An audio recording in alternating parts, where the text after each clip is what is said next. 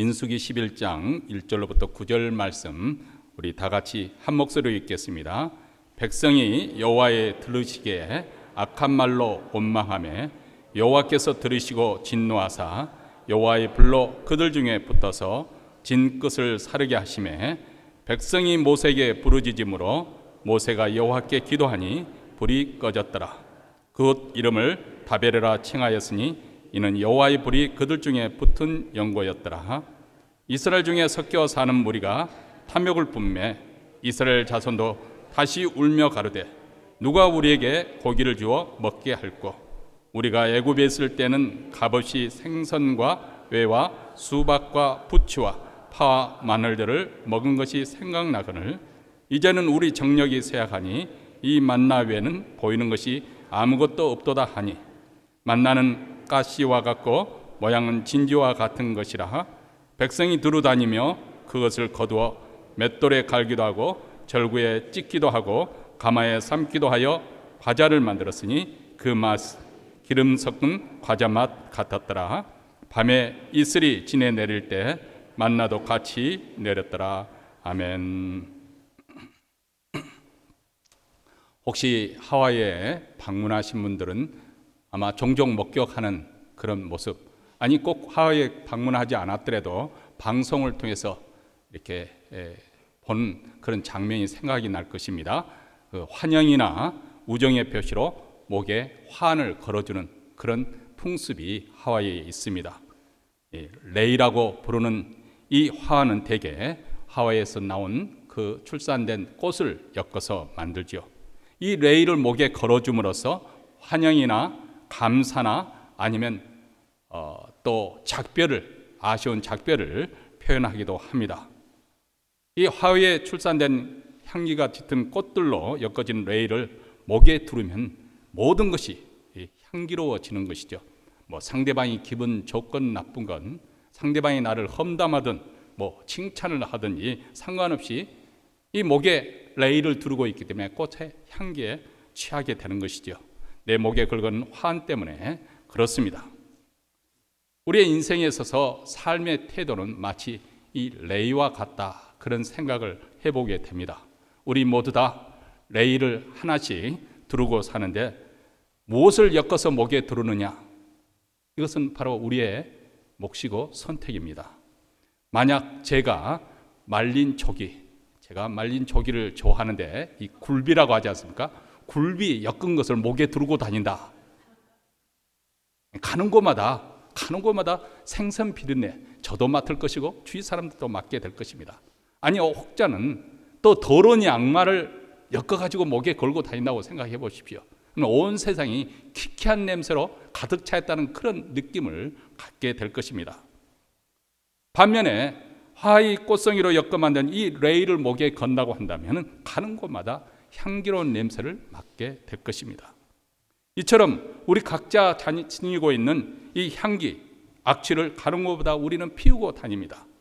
무엇을 가지고 다닐지는 우리의 선택이고 각자의 몫입니다. 어떤 사람은 좋지 않은 삶의 태도로 말미암아서 스스로 자기 인생을 어렵게 힘들게 할 뿐만 아니라 주위 사람들에게도 폐해를 끼치게 되고 또 불행을 안겨주기도 합니다. 반면에 훌륭한 태도를 지닌 사람은 그가 거쳐 지나가는 곳마다 꽃향기를 날리듯이 사람들에게 선한 영향력을 미칩니다. 우리 인생을 향기롭게 아름답게 성공적으로 살 수 있는 태도가 있습니다. 그 중에 가장 대표적인 것을 꼽으라면 감사의 태도가 아닐까. 이 믿음에서 나오는 이 감사, 하나님께서 우리가 적극적으로 감사하며 살아야 될 이유를 말씀해 주셨습니다. 우리에게 범사에 감사라고 명하셨기 때문에 그렇습니다. 또 우리가 감사하며 살 때 우리 하나님도 기뻐하시고 더 축복하십니다. 감사하며 살 때 더 많은 감사를 우리는 불러올 수가 있습니다. 한마디로 감사의 태도는 행복을 불러오는 것이죠. 왜냐하면 자신과 주위 사람들을 행복하게 만들어 주는 것이죠. 반면에 복과 행복을 들어오지 못하게 하고 받은 복마저 쫓아버리는 그런 태도가 있습니다. 그것은 부정적인 태도입니다. 부정적인 태도의 가장 대표적인 것은 불신앙에서 나오는 원망과 불평을 꼽을 수가 있을 것 같습니다. 물론 우리가 인생을 살다 보면은 원망이 불평이 저절로 나올 수밖에 없는 그런 역경 시련에 처할 수도 있습니다. 그렇기 때문에 원망과 불평은 우리 삶에서 보편적으로 경험할 수 있는 감정 그 표현 중에 하나라고 생각할 수도 있습니다. 불평하지 않고 살아갈 그런 인생은 거의 없을 것입니다. 그런데 이런 단순한 불평, 어려울 때 불평하는 것을 넘어서서 남을 탓하고 공격적으로 원망하는 것을 우리가 조심해야 됩니다. 특별히 불신앙의 악한 언어로 하나님을 원망하고 대드는 것은 아주 조심하며 조심해야 될 우리 신앙인의 태도가 아닌가 생각이 되어집니다. 오늘 본문은 이스라엘 백성들이 광야길을 걷다가 악한 말로 하나님을 원망하고 대적하다가 하나님의 징계를 받는 그런 경험이 사건이 기록되고 있습니다. 장소는 다베라라는 곳입니다. 다베라는 불사름을 당했다는 그런 의미입니다. 하나님 백성들이 하나님을 의심하다가 또 원망하다가 하늘로부터 이 불이 어떻게 붙었는지 성경은 자세히 말해주지 않고 있지만 아마 벼락이 내리쳐서 장막에 불이 붙지 않았을까 그런 생각을 추측을 해봅니다. 하나님의 백성들이 어떻게 범죄해서 하나님의 진노를 받게 되었을까요? 여러분, 이것은 우리가 민수기에서 쭉 이렇게 살펴보고 읽어보면은 출애굽한 이스라엘 백성들의 원망과 불평이 아주 고질적이고 상습적인 그 삶의 하나의 태도로 나타난다는 것을 볼 수가 있습니다. 여기에 문제의 심각성이 있습니다. 눈앞에서 하나님의 구원의 역사를 목격하도 하나님을 믿지 않는 이 불신앙, 그 불신앙의 뿌리로 말미암아서 맺히는 열매가 원망과 불평입니다. 이런 삶의 태도는 그들에게 더 큰 불행을 불러일으키고 하나님의 진노를 자초할 뿐만 아니라 결국은 그들에게 약속된 가나안 땅에 들어가지 못하는 비극의 결말을 맺고 말았습니다. 그래서 오늘 우리는 하나님의 말씀을 통해서 또 우리가 새해를 시작하는 2월 중순을 지나면서 우리 자신을 스스로 성찰해 볼 수 있는, 아니 우리가 2020년을 한 해를 어떤 삶의 태도로 살아가야 할 것인가 한번 진지하게 생각해 볼 수 있는 시간이 되어줬으면 좋겠습니다. 혹시라도 하나님께서 약속해 주신 그 풍성한 삶을 누리지 못하게 하도록 그것을 방해하는 것은 무엇일까?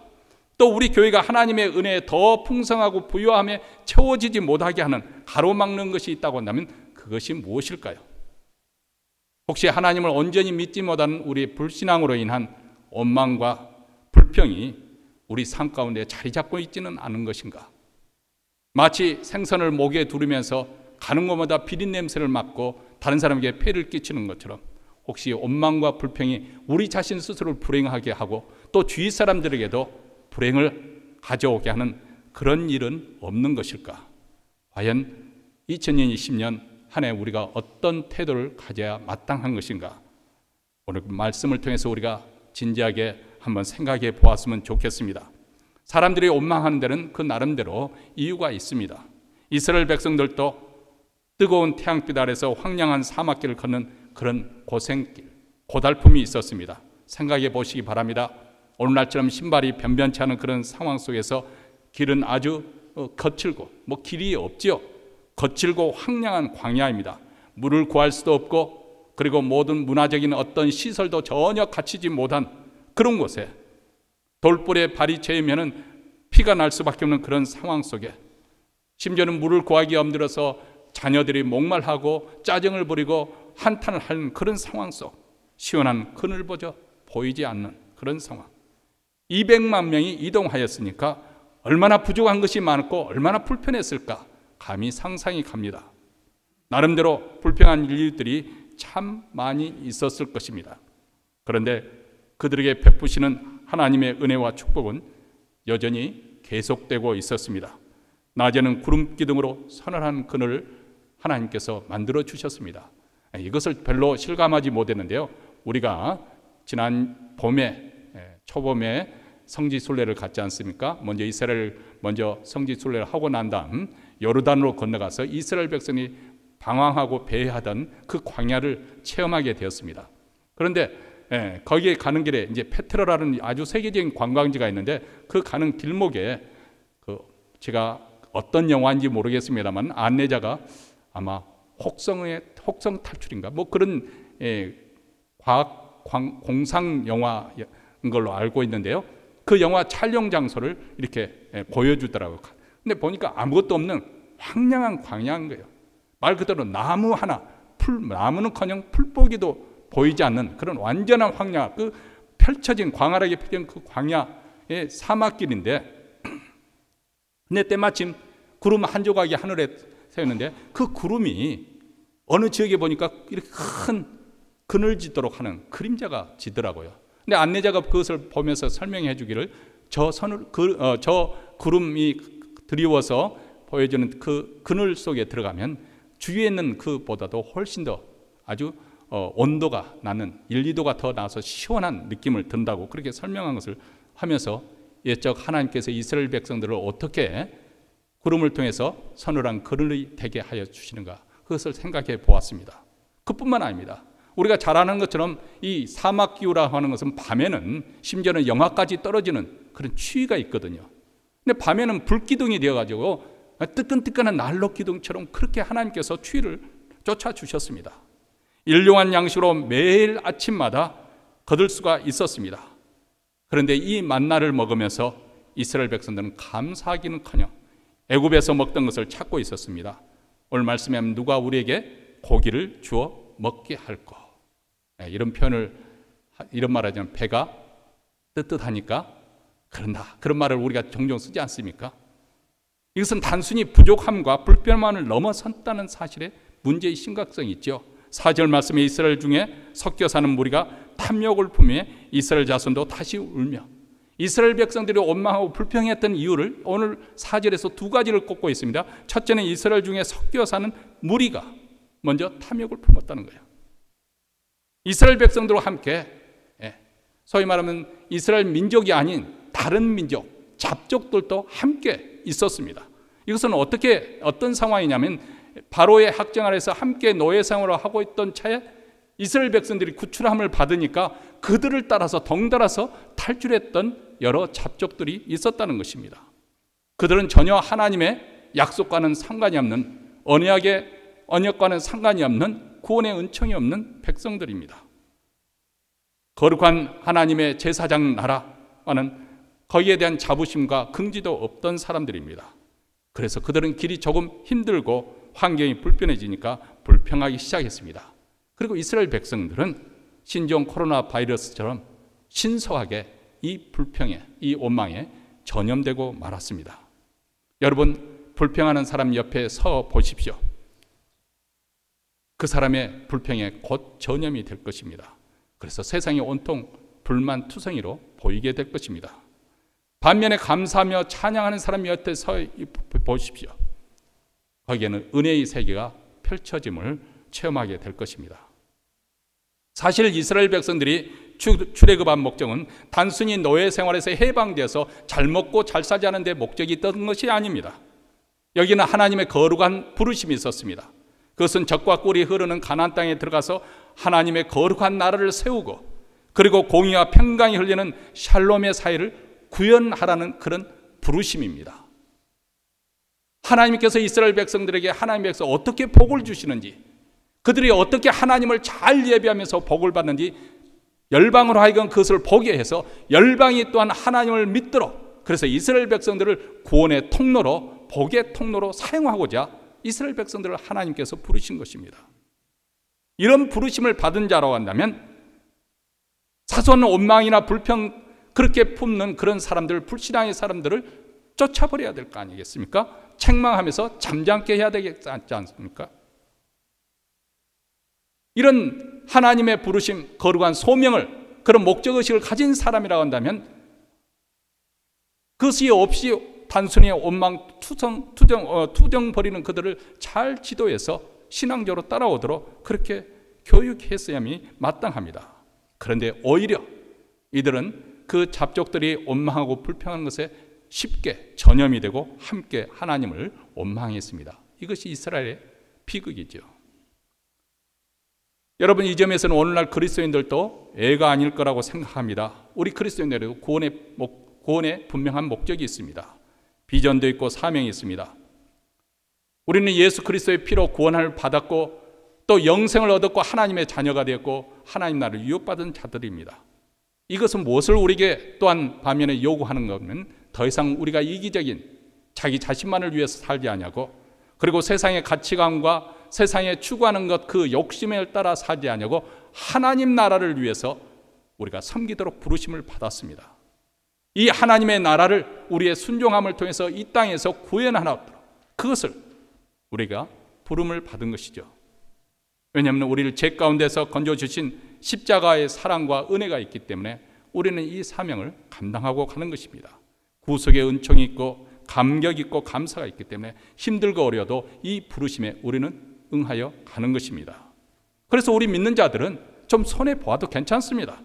좀 고생되는 길을, 복음 때문이라고 고생되는 길을 피하지 않습니다. 왜냐하면 그만큼 이 길은 가치 있는 길이고 생명이 약속되어 있고 영광이 약속되어 있는 길이라는 것을 우리는 알고 있기 때문에 그렇습니다.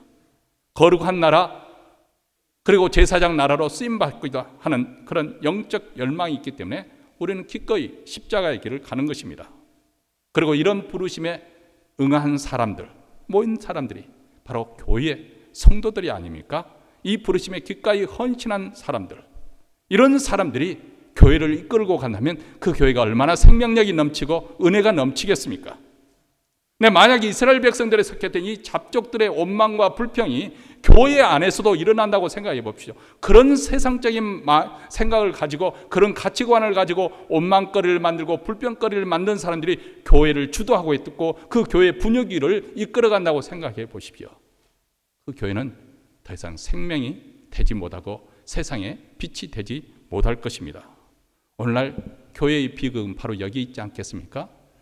물론 지금 중국에서 확산일로로 있고 아직도 기세가 꺾이지 않았고 많은 사람들이 지금 죽고 있지 않습니까? 다행히도 중국의 다른 곳은 잘 통제가 비교적 잘 되고 있는 것 같아서 조금 안심이 됩니다만은 그런 소문을 듣고 많은 사람들이 상당히 두려워하고 또 거기에 사는 사람들 얼마나 공포스러울까 그런 생각을 해보고 안타까운 마음을 갖습니다. 자, 이런 시대, 이런 상황 속에서 우리 믿는 사람들은 어떻게 해야 될 것인가?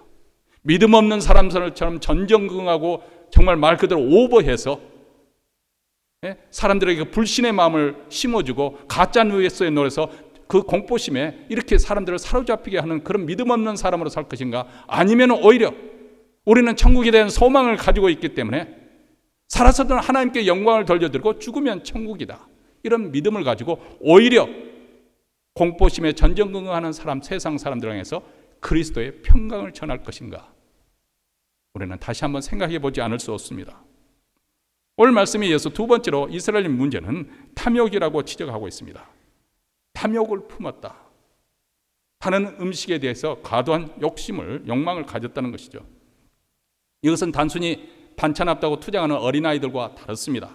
이미 말씀을 드린 것처럼 이스라엘 백성들은 특별한 하나님의 부르심이 있고 여기에 사명이 있기 때문에 먹는 것이 좀 박하다고 불평할 그런 처지가 아니죠. 왜냐하면 조금 참고 건너가면 젖과 꿀이 흐르는 가나안 땅이 받았기 때문에 그렇습니다. 그런데 그들의 욕망이 도가 넘는 데 문제가 있습니다. 이 만나 외에는 먹을 것이 없다. 아무것도 없다고 불평을 했습니다. 이 만나 외에는, 이 말은 만나를 아주 하찮게 여기는 별 볼 일 없는 음식으로 그렇게 격화시키고 있습니다. 우리가 나중에 민수기 21장에 보면 이 만나를 가리켜서 이 하찮은 음식을 우리가 싫어하노라. 무섭습니다. 광야에서 아무것도 먹을 수 없는 그런 상황 속에서 하나님께서 하늘로부터 내려주신 이 만나를 이렇게 무섭게 폄하를 시키고 있습니다. 아니 과연 200만 명이 넘는 이 사람을 어떻게 광야에서 누가 무엇으로 먹여 살린단 말입니까? 그런데도 이들은 이런 하나님의 은혜를 받고도 그 은혜를 하찮게 여기고 있습니다. 5절에서 심지어는 이렇게 말합니다. 우리가 애굽에 있을 때 값없이 생선과 오이와 참외와 부추와 파와 마늘을 먹었다. 정말 배가 부르니까 별것을 다 물에 빠진 사람을 건져내 주니까 보따리를 내놓으라는 식이다. 그렇게 표현한 것에 딱 맞는 것 같습니다. 그들이 정말 값없이 생선과 고기를 먹었을까요? 아니죠. 그들은 노예였습니다. 고기 몇 점과 생선 한 토막을 위해서 얼마나 등골 빠지게 바로가 원하는 대로, 바로가 시키는 대로 얼마나 노예 생활에 심하게 학대를 받으며 일을 했어야 하는 것. 뭐 고기가 그렇게 자기 마음대로 먹을 수 있는 그런 상황도 아니었을 것입니다. 엄청난 대가를 치르고 고기를 조금 먹었을 뿐인데, 그 노예 생활했던 애굽 생활을 미화시키고 있고 자유인에서 먹는 이 만나를 폄하하고 있습니다. 이것이 바로 하나님의 은혜를 하찮게 하는 것으로 여기고 출애굽 역사를 부정하는 큰 죄인 것이죠. 이스라엘 백성들은 자꾸 애굽 땅을 생각하고 있습니다.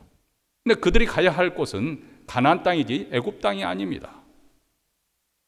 적과 꿀이는 그 가나안 땅에 그들이 흠모하고 그들이 소망해야 될 것인데, 그들은 과거를 돌아보면서 애굽에서 있었던 일, 특히 애굽의 고기 가마곁과 애굽의 세상을 흠모하고 있습니다. 탐욕이 이들의 눈을 가려버리고 이성적으로 제대로 판단을 못하고 있는 것이죠. 아니, 그러면 배가 뜨뜻하다고 생활이 불편하다고 애굽에서 대대로 자산 제대로 노예 생활만 하고 살 것입니까? 이처럼 잘못된 태도를 가지게 되면 과거에 베풀어지는 하나님의 은혜가, 이 구원의 은총이 얼마나 큰 건지 잊어버리고 현재 내가 얼마나 큰 복을 받은 존재인지, 심지어는 앞으로 장차 올 중요한 그 약속되는 하나님의 그 좋은 것들을 보지 못하는, 이게 바로 그들의 잘못이죠.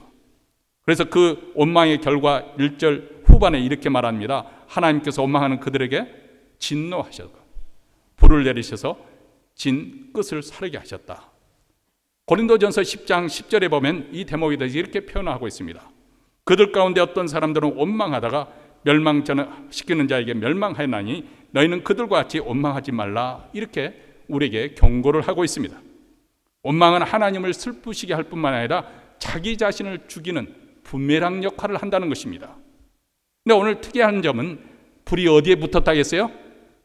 진영 앞도 아니고 진영 좌도 아니고 우도 아니고 어디에 붙었다고요? 진영 끝에 불이 붙었다는 거예요. 여기서부터는 제 추측입니다. 왜 하필이면 진영 끝일까? 왜 불덩어리가 떨어도 우연히 떨어지다 보니까 진영 끝일까? 그럴 리가 없죠. 이유가 있을 거예요. 왜냐하면 우리가 보통 경험하는 바에 의하면 쑥덕쑥덕거리는 사람들이 앞에서 쑥덕쑥덕거립니까? 남을 험담하는 사람들이 제일 앞자리에 나와서 쑥덕쑥덕 하면서 남을 험담합니까? 어디서 하죠? 뒤에서 합니다. 뒤에서 숨어서. 지금 아마도 진영 끝에 불이 떨어져 심판하는 이유가 뭐지? 아마 진영 끝에 그 사람들끼리 모여서 쑥덕쑥덕하면서 험담하고 원망하고 불평하고 있었을 거예요. 그래서 불이 떨어졌을 것이다. 그래서 우리 교회에서는 자유롭게 아무데나 앉으셔도 괜찮습니다. 다 은혜 받는 자리예요. 그러나 다른 곳에 가서 뒤에 앉는 거 항상 조심하세요. 혹시 천장이 무너지지 않을까 하고 뒷자리에 앉으세요. 오늘 보니까 진영 끝에 불이 떨어졌다고 그러잖아요. 이것은 우리에게 무엇을 도전하고 있냐면, 우리가 하나님의 백성으로서 하나님의 교회에 섬길 때 주인의식을 가져야 된다, 그 말입니다. 주인의식을. 앞장서서 맡겨진 일을 성실하게 책임감 있게 감당하는 거예요. 힘들어도 인내하면서 감당하는 것입니다. 예배를 드려도 일찍 나와서 기도로 준비하고 전심으로 하나님 얼굴을 구하고 찬송하고 찬양하고, 이번 찬양 예배를 통해서 한번 그것을 경험할 수 있었으면 참 좋겠어요. 우리 성도들이 찬양이 얼마나 영광스러고 은혜스러운 자리인가 하는 것을, 하나님의 임재, 이곳이 바로 하나님이 임하시는 곳이구나. 옛적 이스라엘 백성들의 그 하나님께서 구출할 때 모세를 이렇게 부르실 때 모세가 타지 않는 그 불붙는 가시덤불을 보고 가까이 하니까 모세야 모세하고 부르시는 하나님께서 더 이상 가까이 하지 말라 하면서 내 발에서 신을 벗으라 명하시잖아요. 왜냐하면 이곳은 바로 하나님의 임재하는 곳이다. 우리가 예배 드리는 이곳이 하나님의 임재하시는 곳입니다. 이렇게 하나님의 은혜를 사모하고 찬송하는 자에게 불평이, 원망이 있을 수 있을까요? 2020년 우리는 더 이상 우리 삶에 또 신앙생활에서 방관자로 살 것이 아니고 주인의식을 가지고, 또 우리를 이 시대에 불러주신 몬트레에서 우리 교회를 불러주신, 또 이 시대 가운데 불러준 그런 시대적 역사적 사명의식, 이것을 가지고 하나님 나라에 동참하게 될 때 하늘로부터 불이 떨어지는 것이 아니라 불이 떨어져도 성령의 불이 떨어질 줄로 믿습니다. 자, 이런 원망을 극복하고 올 한 해 동안 우리가 잘 승리하며 살기 위해서 우리가 어떻게 하면 좋을까? 첫째로 과거 우리가 받았던 은혜를 우리는 잊지 말고 기억해야 됩니다. 지금 이 광야길을 지나는 이스라엘 백성들이 경험한 가장 큰 은혜는 무엇인가? 그것은 하나님의 은혜로 애굽 땅의 노예 자리에서 자유를 얻었다는 것이죠. 자유인이 되었다. 더 이상 우리 자손들이, 우리 후손들이 자손 대대로 노예 생활을 하지 않고 자유인을 해서 이제는 하나님을 섬기는 백성이 되었다. 얼마나 놀라운 구원입니까? 이 모든 것은 다 하나님의 은혜로 말미암은 것입니다. 사실 그 당시 최강국이었던 그 애굽의 절대 권력자 바로의 손길에서 벗어나는 것, 한 민족이, 그것도 뭐 한두 사람이 모르게 도망치는 것도 아니고 온 민족 전체가 구출을 받는다는 건 불가능한 일이었습니다. 그것이 이스라엘 백성이 일어나는 기적이지요. 광야길에 들었을 때 낮에는 구름기둥, 밤에는 불기둥으로 인도하신 그것도 은혜입니다. 무엇보다도 가로막혔던 홍해를 우리 하나님께서 마른 땅같이 건너게 하시고 뒤를 쫓았던 애굽의 군대는 바다에 수장시켜 버리는 이 놀라운 구원의 은총. 지금 이 자리 다베라라는 지점까지 오기까지 하나님의 은혜 없이는 어떻게 그들이 생존할 수 있었을까요? 그런데 그들은 원망하고 있었습니다. 왜 그랬을까요? 이미 받았던 은혜를 깡그리 잊고 있었기 때문에 그렇습니다. 그래서 시편 기자는 자신의 영혼을 부르면서 스스로를 다짐시킵니다. 내 영혼아 여호와를 송축하며 그 모든 은택을 잊지 말지어다. 그 모든 은혜를 잊지 말지어다. 그렇습니다.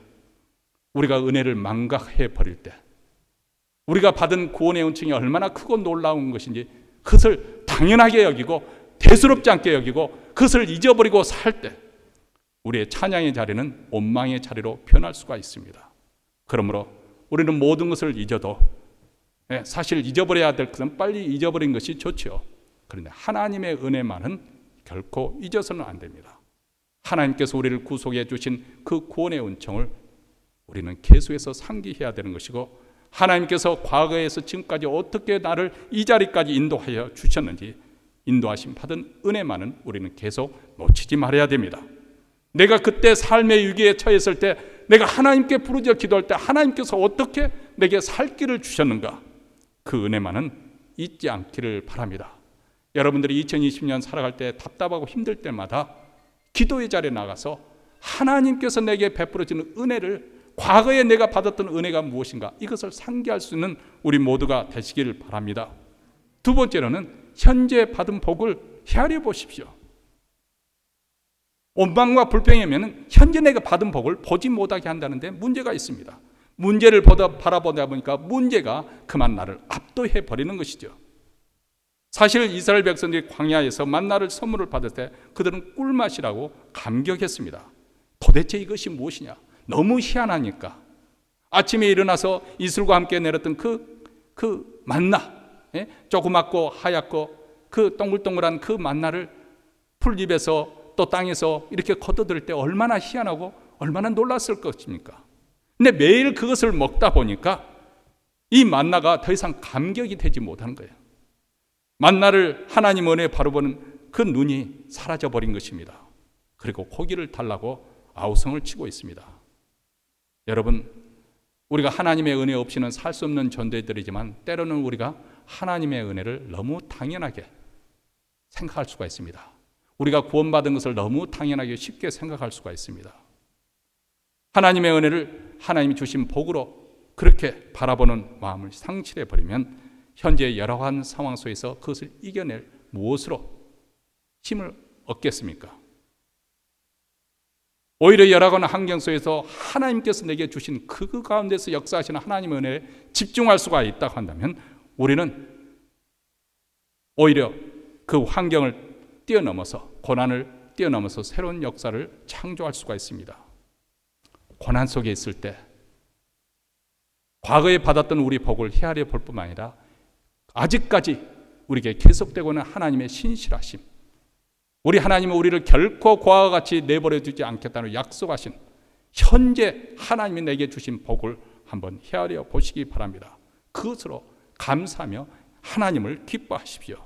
그러면 우리가 이렇게 복에 감사할 때 더 큰 복이, 더 큰 은혜가 우리에게 넘치도록 부어주실 줄로 믿습니다.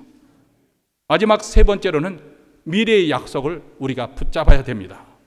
지금 이스라엘 백성들이 광야에서 적지 않은 고생을 하고 있는 것은 사실입니다. 그런데 그 길이 계속 영원히 되는 것은 아닙니다. 그들은 어디를 향해서 나아가고 있냐면 하나님의 약속한 젖과 꿀이 흐르는 가나안 땅을 향해서 나아갑니다.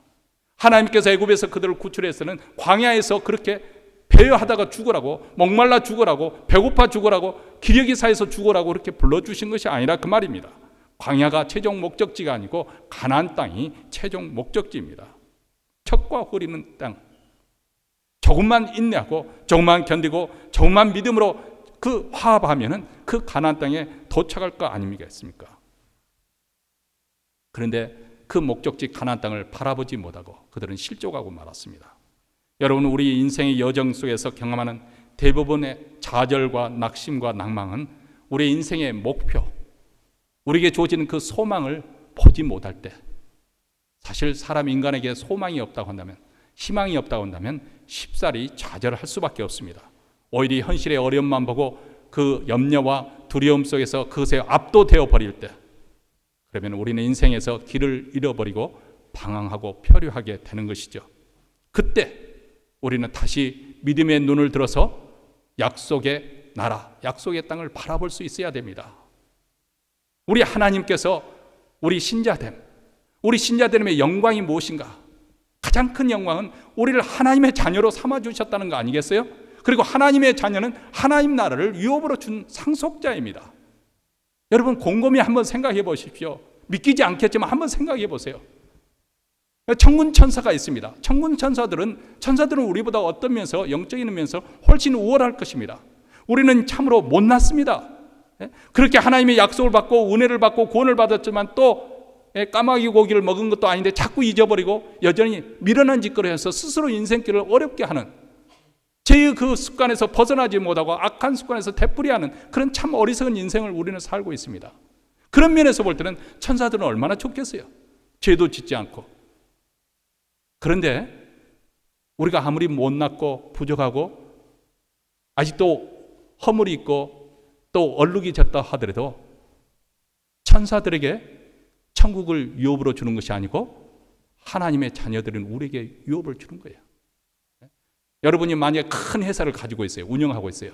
그중에 보니까 어느 직원 한 명인데 아주 총명하고 또 성실하고 또 사람들에게 태도져서 사람들에게 인정을 받습니다. 주인, 사장인 내가 봐도 참 이 사람이 이 회사에 큰 공헌을 하고 있거든요. 그런데 그 내가 죽을 때 그 회사를 누구에게 넘겨줄까요? 네?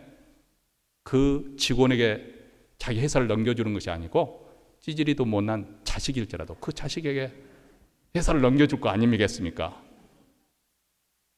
하나님이 우리를 하나님의 자녀로 삼아주셨어요. 현재 우리가 조금 천사보다 못하고 고난길을 길을 걷고 있지만은 우리가 당한 현재의 고난은 장차 우리가 받을 그 영광에 좋게 비교할 수 없도다. 이 미래에 약속된 하나님의 약속을 우리가 붙잡으면 현재의 고난을 우리는 거뜬히 이겨낼 수가 있습니다. 한번 깊게 생각해 보십시오.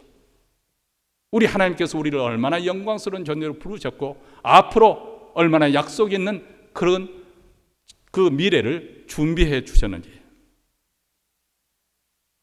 2010년 남미 칠레라는 나라에서 산호세에 위치한 구리 광산이 붕괴되었습니다.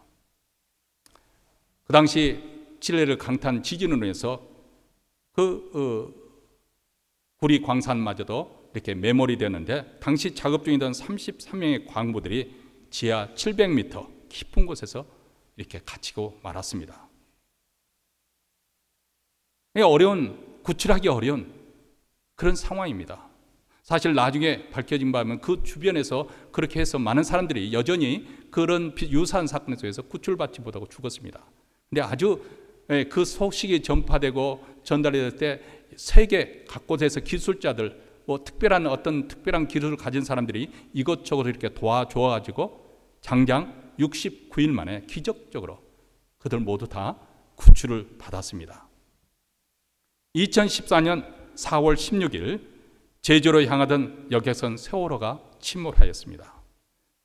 승객 300명 대부분이 수학여행 갔던 고등학생들이 사망하였고, 그리고 생존자 170명이 있었는데 그 중에 한 명은 그 배 선장이었습니다. 칠레 33명의 강부들은 어떻게 지하 700m에서 장장 69일을 견뎌낼 수 있었을까요? 세월호의 선장은 300여 명의 승객을 버리고 어떻게 혼자 살아남겠다고 결정을 했을까요? 여러분, 이 두 사례에서 우리가 공통적으로 얻을 수 있는 교훈이 있습니다. 생과 사의 갈림길에서 운명을 결정한 것은 그들이 선택한 태도였다는 것입니다. 칠레의 강부들은 깊은 갱도에 갇혀 있었어도 서로 사랑으로 동료애로 바탕으로 해서 구조될 거는 낙관적인 태도를 가지고, 그리고 곧 사랑하는 가족들의 품으로 돌아갈 거는 희망을 한순간도 놓치지 않고 서로를 격려했습니다. 반면 세월호 선장에게 대법원에서는 이런 판결을 내렸습니다. 승객의 안전에 대해서 철저하게 무관심으로 일관하면서 승객들의 탈출 가능성이 점차 희박해져 가는 상황을 그저 방관만 하였다. 그리고 그런 선장에게 살인죄를 적용해서 판결을 내렸습니다. 상황을 아주 극단적으로 몰고 간 것에 대한 책임을 선장의 태도에 찾았던 것이지요. 인생에서 올바른 태도를 가지고 산다는 것이 얼마나 중요한 것인지요. 저는 그렇다고 해서 올바른 태도가 자동적으로 꼭 성공과 행복을 보장해 준다는 것을 말씀드리려고 하는 것은 아닙니다. 왜냐하면 인생이라고는 그렇게 간단한 문제를 풀듯이 해결될 수 있는 것이 아닌 많은 장벽도 있고 함정도 숨어 있기 때문에 그렇습니다. 그럴지라도 우리가 올바른 인생의 태도를 가지고 산다는 것이 얼마나 인생에서 중요한 차이를 가져오고 변수를 가지고 되는 것인지 그것은 사실입니다. 특히 신앙에게 있어서 감사하면서 긍정적인 태도를 가지고 믿음의 태도를 가지고 사는 것과 원망과 불평을 일삼으며 부정적인 불신앙의 태도를 가지고 사는 것은 하늘과 땅만큼이나 차이가 있습니다. 한 사람들은 한 부류의 사람들은 약속된 가나안 땅에 들어갔고 나머지 부류의 사람들은 가나안 땅에 들어가지 못하고 광야에서 원망 가운데 죽었습니다. 올해도 우리 인생을 시험하고 도전하는 일들을 많이 만날 수 있습니다. 또 고난으로 자초될 위험성도 있습니다. 때로는 우리가 살다가 그만 너무 현실이 어렵고 힘들어서 인생의 삶의 소망을 놓치고 표류할 수도 있습니다. 그때마다 오늘 말씀처럼 지금까지 하나님께서 내게 베푸신 과거에 받았던, 내가 과거에 누렸던 하나님의 은혜를 기억을 하시기 바랍니다. 그리고 현재 그럼에도 불구하고 매일 새롭게 내려오시는 하나님의 은혜, 그 은혜를 당연하게 여기지 마시고 감사함으로 표현하십시오. 지금도 제가 기억에 생생하면서 오래전에 세상을 떠나셨지만 우리 권사님 한 분, 아주 키도 짝달만하고 허리도 굽으셨는데 그분이 늘 새벽에 빠지지 않고 나오시고, 그리고 난 다음에 이제 동네 한 바퀴를 건강을 위해서 도시는 거예요. 그러면 저는 이제 조금 남아서 기도하다가 지나가면 그분 곁을 차천을 지나가는데 그분은 늘 한결같아요. 이제 그 온몸 운동하느라고 팔도 흔들면서 이렇게 앞뒤로 흔들면서 손뼉을 치면서 이렇게 하는데 그분이 그렇게 하면서 외치는 소리가 있습니다. 하나님 감사해요. 하나님 감사해요. 뭐 세상 사람들은 그러겠죠. 뭘 그렇게 감사할 것이 많다고 그렇게 말할 거 아니겠습니까? 정말 신앙의 세계에 들어오지 아니하면 감사할 것이 뭐가 있겠습니까? 그런데 그렇게 감사해요. 감사. 입술로 고백하는 거예요. 입술로. 정말 현실 속에서 감사할 조건이 많아서 뭐 그럴 수도 있겠지만은 그것보다도 신앙으로 고백하는 것입니다. 우리 하나님이 살아계시고 그 하나님이 나를 보호하시고 그 하나님이 나를 돌보신다는 사실을 믿기 때문에 감사하며 하나님 감사하며 그렇게 하는 거예요. 이 하나님의 선하심을 믿기 때문에. 그뿐만 아니죠. 우리에게 약속된 미래가 있지 않습니까? 아무리 인생에서 고생을 한다 할지라도, 설령 이 인생에서 우리가 죽을 쓴다 할지라도 우리는 천국이 약속된 사람들입니다. 성공이 약속된 사람들이에요. 세상적인 성공은 아닐지 모르지만은 어쨌든 우리의 인생은 결코 이 생에서 망하는 것으로 끝나는 것이 아닙니다. 그러므로 여러분 하나님의 선하심을 믿으시기 바랍니다. 그분의 전능하심을 늘 자신 스스로에게 상기하십시오. 그리고 독생자까지 아끼지 아니고 나를 사랑하신 그 하나님의 사랑, 그것을 믿기 때문에 확신을 가지고 올 한 해를 살아가시기 바랍니다. 더 이상 우리 입술에서 부정적이고 더 이상 우리 입술에서 원망하고 또 불평하는 그것을 보다도 먼저 그냥 습관적으로 하나님 감사합니다, 이렇게 고백을 먼저 하십시오. 하나님 감사합니다. 그러면 그 감사는 더 큰 감사를 불러오게 될 것이고 그것을 통해서 우리는 하나님께 더 영광을 돌려드릴 것이고 그 감사하는 삶 속에 형통함이 있고 또 우리 하나님의 선하신 손길을 체험할 수가 있습니다. 올 한 해가 바로 이렇게 감사로 전진하는 한 해가 되시길 주의 이름으로 축원합니다.